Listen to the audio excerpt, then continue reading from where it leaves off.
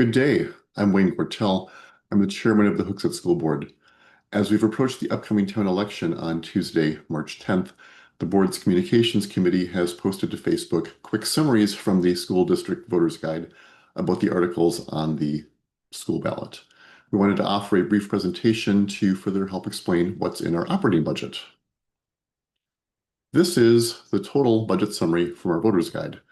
It summarizes an 1,100-line budget grouped into budget programs. Zooming in gets us to a function-level view of the two school budget options, the default budget and the proposed budget.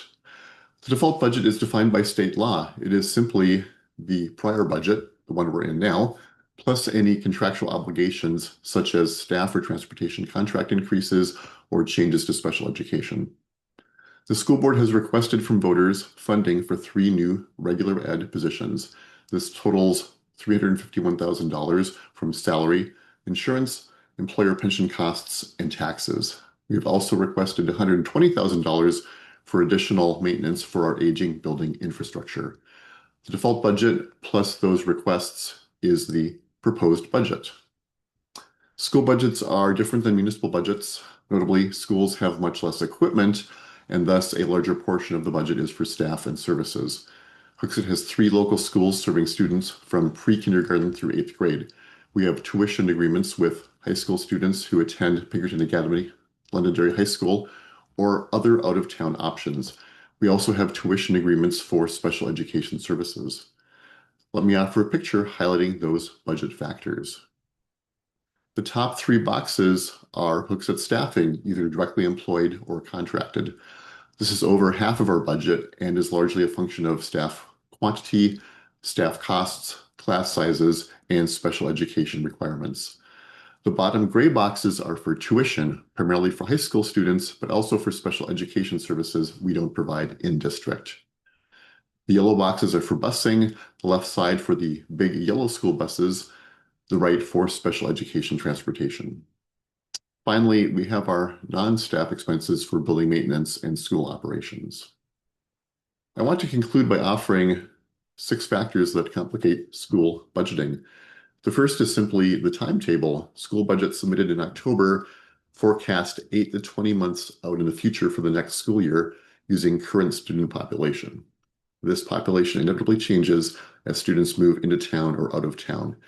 Should any of those students have extensive special education needs, the actual expenses can be quite different than what we budgeted for.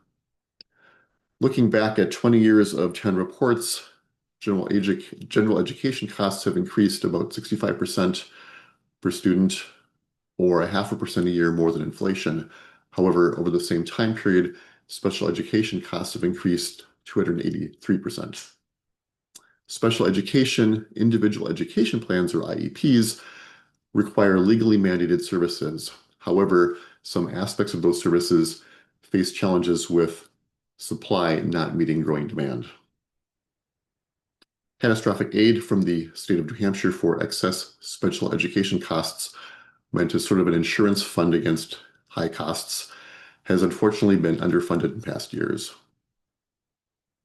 Some unexpected expenses may occur from unfunded mandates, such as homeless student transportation via the federal McKinney-Vento Act. And lastly, Hooksett Schools lost revenue from impact fees on new construction in town at the conclusion of the prior school bond repayment in 2022. Any of these factors could result in hundreds of thousands of dollars of changes in actual expenses versus plan, and highlights the challenges in budgeting for upcoming school years. I hope this was helpful. We look forward to seeing you tomorrow, Tuesday, March 10th, for the Hooksett Town and School election. Polls are open from 6 a.m. to 7 p.m. at David R. Colley Middle School. Thank you and have a good day.